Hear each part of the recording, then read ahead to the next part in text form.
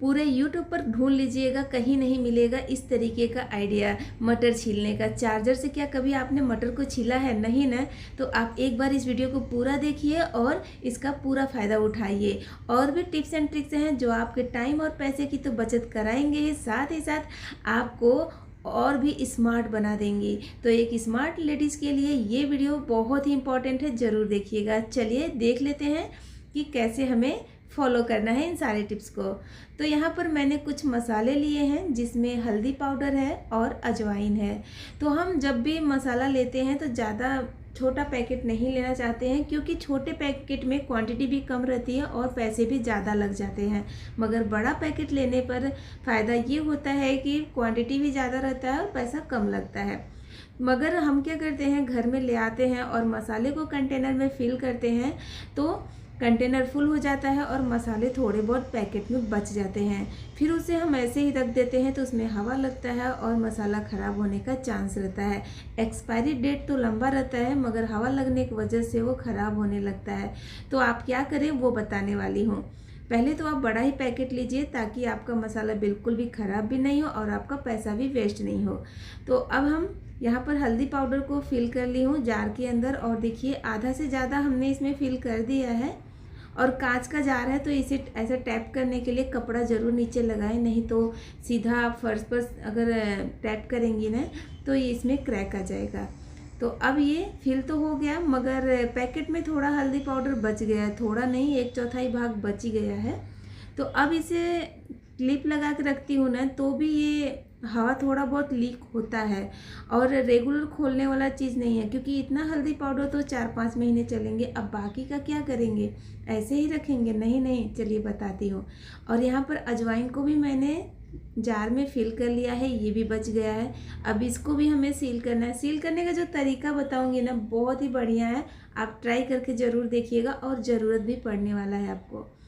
तो चलिए अब इसे हम साइड में रख देते हैं। गैस को ऑन करेंगे। गैस पर हम क्या करेंगे, एक चिमटा लेंगे रोटी सेकने वाला, इसे गर्म करेंगे। यहाँ पर मैंने एक गलती किया है, आप वो गलती मत करना। इसके लिए मैं वीडियो में पूरा दिखाती हूँ ताकि जो गलती मैं कर रही हूँ कहीं आप भी नहीं कर दे, इसके लिए। तो अब हम एक न्यूज़पेपर लेंगे, थोड़ा सा छोटा सा टुकड़ा, और अब क्या करना है, जो पैकेट है ना हल्दी का उसमें से पूरे हवा को हमें निकाल देना है। उसके बाद जहाँ पर हमने कट लगाया है ना वहाँ पर न्यूज़पेपर को लगाना है, दोनों साइड से लगाकर ऐसे फोल्ड करना है। अब हम जो चिमटा गरम किए हैं उसी से इस तरीके से इसे हम दबाएंगे। मगर यहाँ पर ना जो चिमटा है ना बहुत ज़्यादा हीट हो गया था, आप देख सकते हैं ये पेपर को भी जला दिया। तो ऐसा नहीं करना है, आगे बताती हूँ उसे कैसे सील करना है।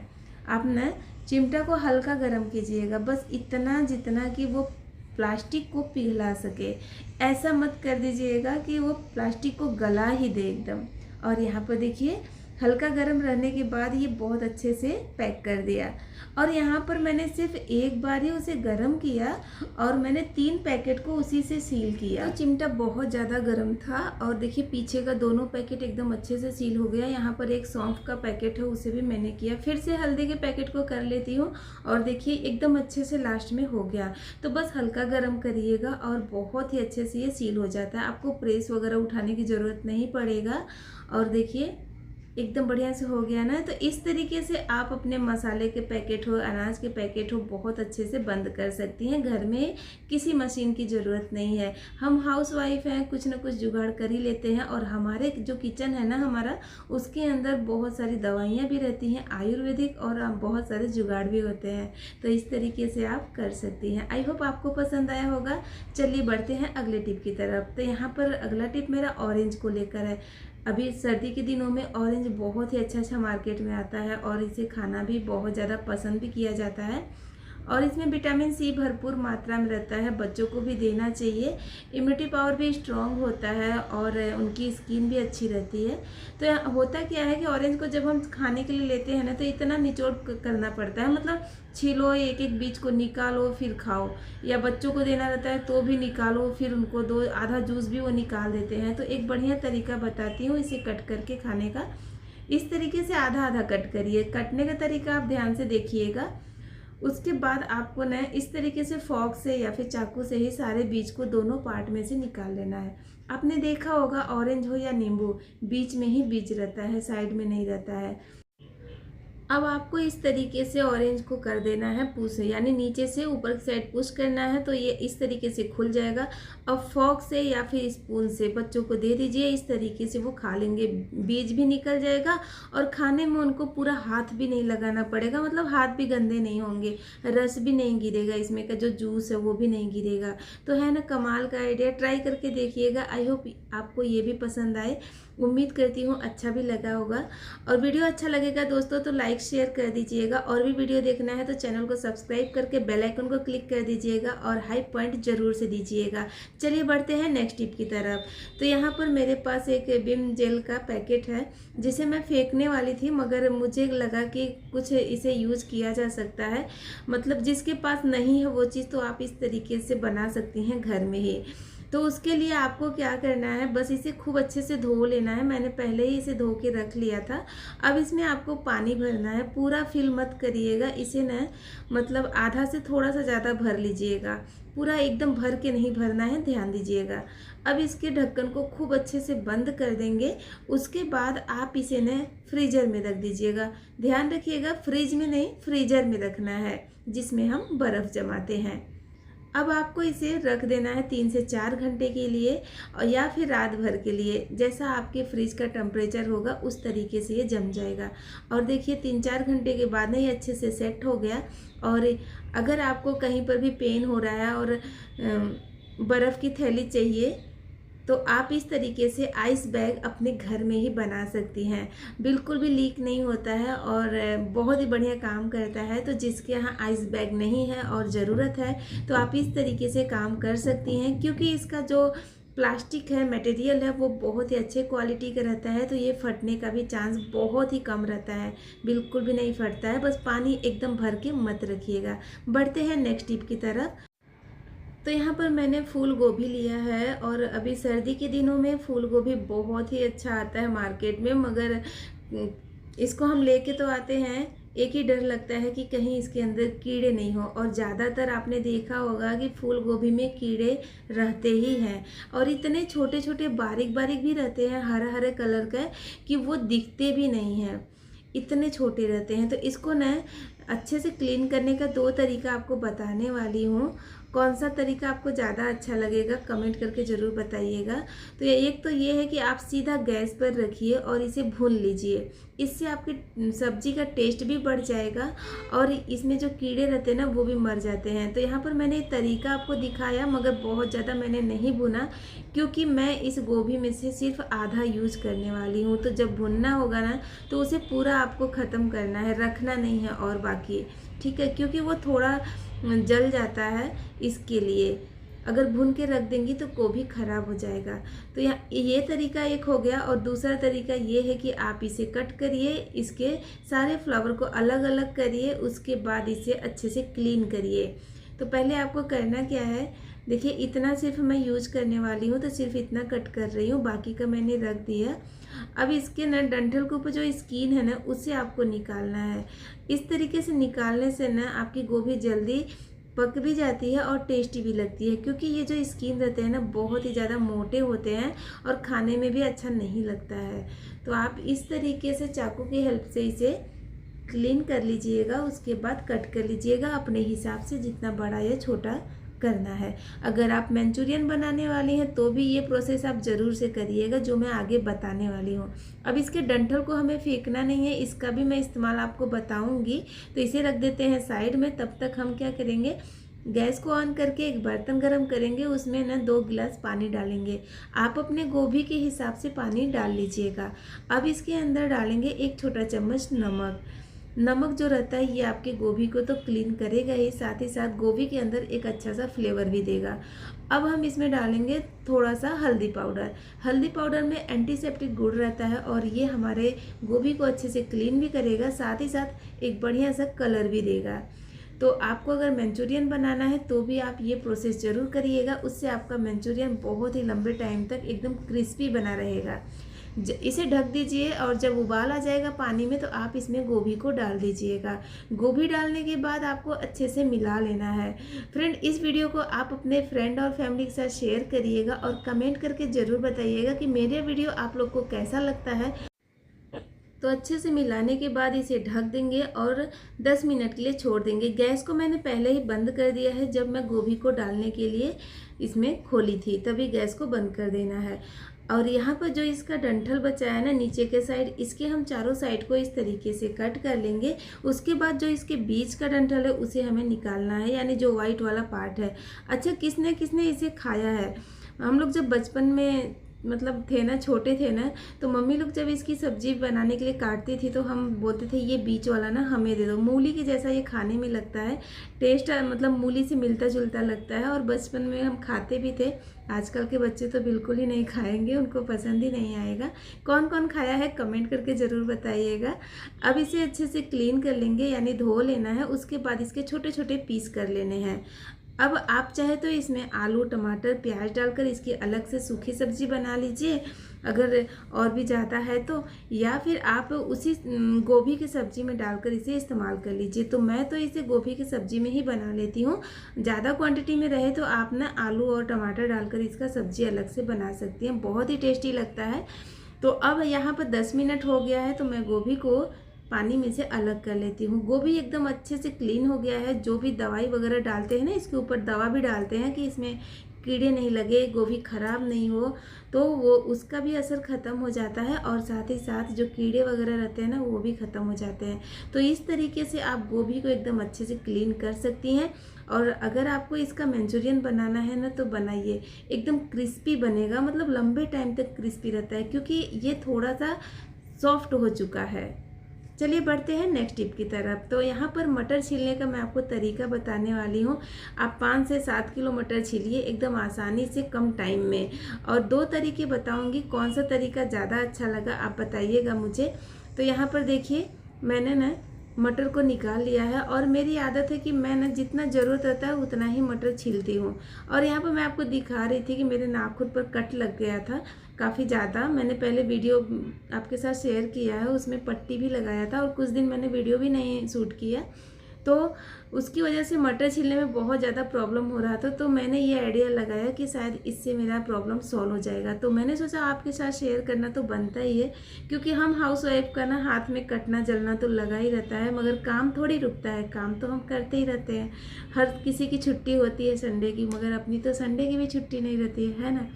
तो चलिए अब क्या करेंगे, मटर को छीलने के लिए हम जितना मटर छीलना है उससे ज़्यादा पानी लेंगे और गर्म पानी एकदम लेना है, मतलब खौलता हुआ पानी लेना है। उसके अंदर मटर को डालकर ढक देना है 10 मिनट के लिए। सिर्फ 10 मिनट ही रखना है, ज़्यादा नहीं।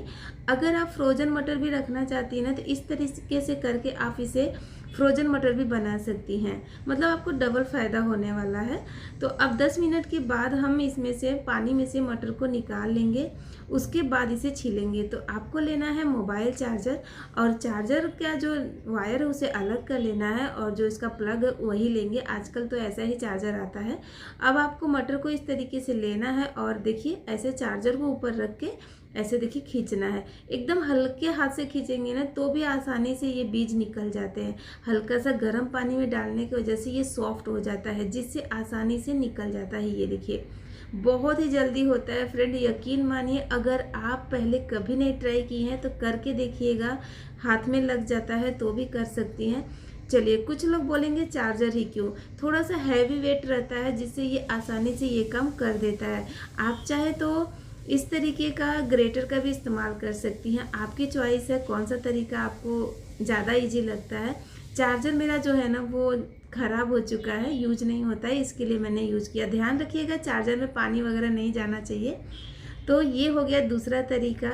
तो मटर छीलने का कौन सा तरीका आपको ज़्यादा अच्छा लगा कमेंट करके ज़रूर बताइएगा। और मिनटों में आप ढेरों मटर को छील सकती हैं सिर्फ चार्जर की सहायता से। तो उम्मीद करती हूँ आज का वीडियो आपको हेल्पफुल लगा होगा। वीडियो पसंद आया है तो लाइक शेयर और चैनल को सब्सक्राइब जरूर से करिएगा।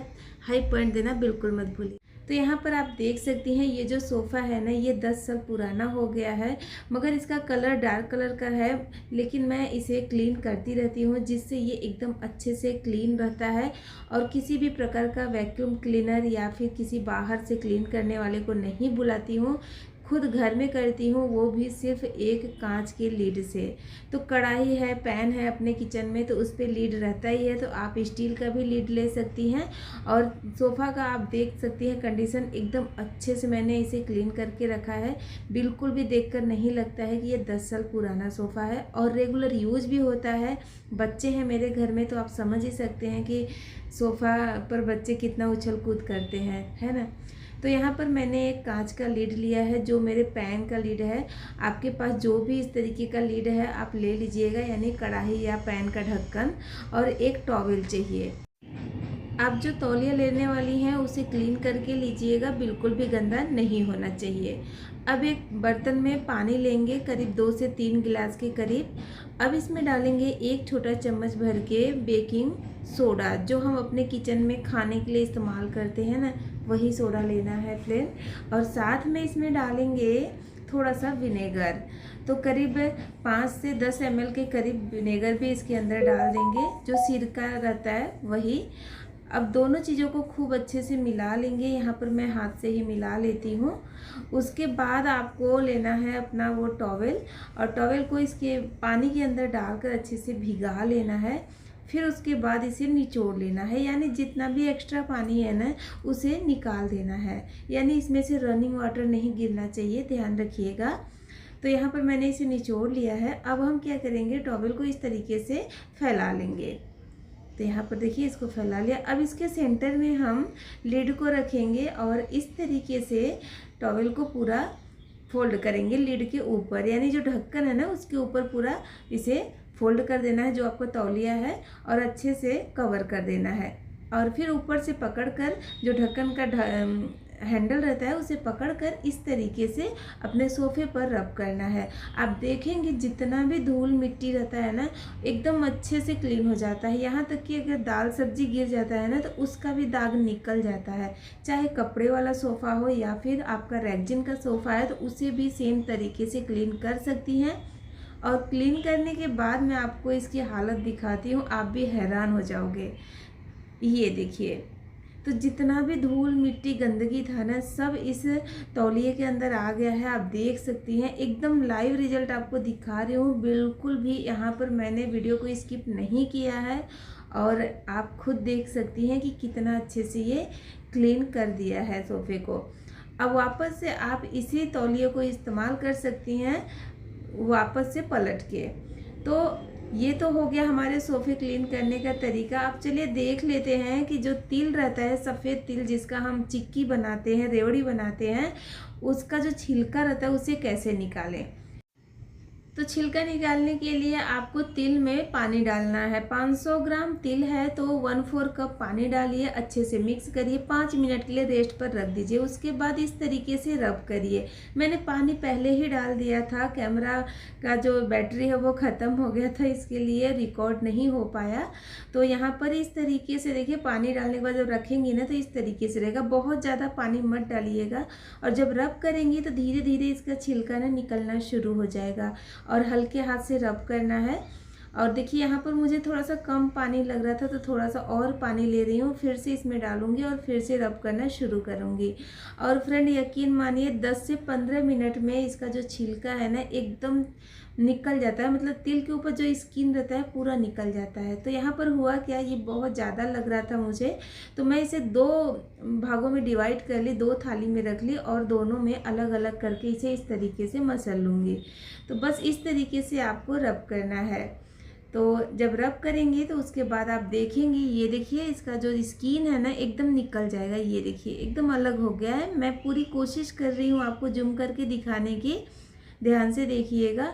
अब इसे तिल से अलग कैसे करें, मतलब ऊपर से तो निकल गया मगर इसे अलग कैसे करना है, तो उसके लिए आप इसे आधे घंटे के लिए सुखा लीजिए। धूप में नहीं सुखाना है, पंखे के नीचे सुखाना है। आधे घंटे के बाद आप देखेंगे कि तिल तो गीला ही रहेगा, मगर जो इसका छिलका है ना, जो स्किन है ना, वो काफ़ी हद तक सूख जाएगा। जब आप इस तरीके से करके आप करेंगी तो आप देखेंगी जो हवा देंगी ना, तो जो छिलका है ना वो अलग होते जाएगा। और देखिए एकदम तिल क्लीन हो गया है, मतलब बिल्कुल भी इसके ऊपर स्किन नहीं है। जब इस तरीके से करके आप चिक्की बनाती है ना, तो वो जो चिक्की जो रेवड़ी बनता है ना, वो तिल के लड्डू जो बनता है ना, बहुत ही टेस्टी लगता है। एकदम मुंह में जाते ही घुल जाएगा, थोड़ा भी आपके मुंह में नहीं रुकता है, यकीन मानिए। तो सुखाने के बाद आप इसे इस तरीके से फटक लीजिएगा। जब इसे फटकेंगे ना, तो देखिए पूरा जो स्किन है, जो छिलका है तिल का, वो एकदम अलग हो जाएगा, वो हल्का हो जाता है, जिसकी वजह से वो उड़ जाता है। मगर तिल अभी हल्का गीला ही है, उसमें मॉइस्चर है, तो वो भारी रहता है, जिसकी वजह से वो पीछे रह जाता है। तो देखिए तिल एकदम क्लीन हो गया है, आप देख सकती हैं। ये देखिए अभी आपको थोड़ा सा इसका कलर डल लग रहा होगा, मगर भुनेंगी तो और भी ज़्यादा उभर के आएगा, क्योंकि इसके अंदर मॉइस्चर है। अब चलिए आगे का प्रोसेस कर लेते हैं। तो उसके लिए आपको गैस को ऑन करना है, गैस पर कढ़ाई को गर्म कर लेना है, उसके बाद इसमें तिल को डाल देना है। तो यहाँ पर मैं इसमें तिल को डाल देती हूँ। अब तिल को चलाते हुए आपको 10 मिनट के लिए मीडियम टू लो फ्लेम पर भून लेना है। पहले ये गरम होगा, जब गरम होगा तो कुछ इस तरीके से थोड़े से इकट्ठे इकट्ठे से लगेंगे। ऐसा लगेगा कि ये और ज़्यादा गीला हो रहा है, जैसा ये देखिए इस केस पर आप देख सकती हैं, एकदम ऐसा ही लग रहा है कि ये और ज़्यादा गीला हो रहा है। तिल में ना तेल होता है, जिसकी वजह से वो एक बार थोड़ा सा पिघलता है। उसके बाद फिर से भूनते रहिए। जब ये भुन जाएगा ना, तो एकदम फूल जाता है गोल गोल सा, और एकदम सूख जाता है, बिल्कुल भी इसमें मॉइस्चर वगैरह नहीं रहेगा, ये बिल्कुल भी गीला नहीं लगेगा। और हल्का ब्राउन होने तक इसे भून लीजिएगा। हल्का सा लाइट कलर देना है, बहुत ज़्यादा मत दीजिएगा, क्योंकि छोटा दाना है, बहुत ज़्यादा लाइट कलर करेंगी तो इसका टेस्ट ख़राब हो जाएगा। तो हल्का सा इसका टेस्ट, मतलब कलर हल्का सा इसका बस डार्क करिएगा। और यहाँ पर देखिए तिल भून के तैयार हो गया है। अब आप इसे चिक्की बनाइए, लड्डू बनाइए, रेवड़ी बनाइए, तिल आपका एकदम रेडी हो गया है। तो है ना कमाल का आइडिया। चलिए नेक्स्ट टिप देख लेते हैं। तो अगला टिप मेरा इस तरीके के पॉलीथीन में रखे हुए सब्जी फल को लेकर है। हम मार्केट से लेके आते हैं, और जब इसे खोलने लगते हैं ना, तो ये इसका जो गांठ है ना, खुलता ही नहीं है। फिर क्या करते हैं, हम तंग आ जाते हैं, जल्दीबाजी रहती है, तो तुरंत हम चाकू या कैंची लेते हैं और इसे काटना शुरू कर देते हैं। तो ऐसा नहीं करें फ्रेंड, क्योंकि ऐसे करेंगी ना तो जो पॉलीथीन है वो ख़राब हो जाएगा। पॉलीथीन को वेस्ट नहीं जाने दें, फेंके नहीं, क्योंकि जितना पॉलीथीन हम फेंकते हैं उतना प्रदूषण होता है, मिट्टी गंदी होती है, धरती माता खराब होती जा रही हैं। तो आप ना जहाँ से भी पॉलीथीन लेके आती हैं, सब्जी वाले के यहाँ से या फ्रूट वाले के यहाँ से, तो आप वापस से उनको पॉलीथीन दे दिया करिए। मैं वही करती हूँ, इसके लिए मैं इसे फाड़ती नहीं हूँ। और देखिए खोलने का तरीका तो आपने देख लिया होगा, बस इसके दोनों हैंडल को घुमाइए, फिर इसे खोल लीजिए, आसानी से खुल जाएगा। वीडियो पसंद आया तो लाइक शेयर करें, चैनल को सब्सक्राइब करें, हाई पॉइंट जरूर दीजिएगा।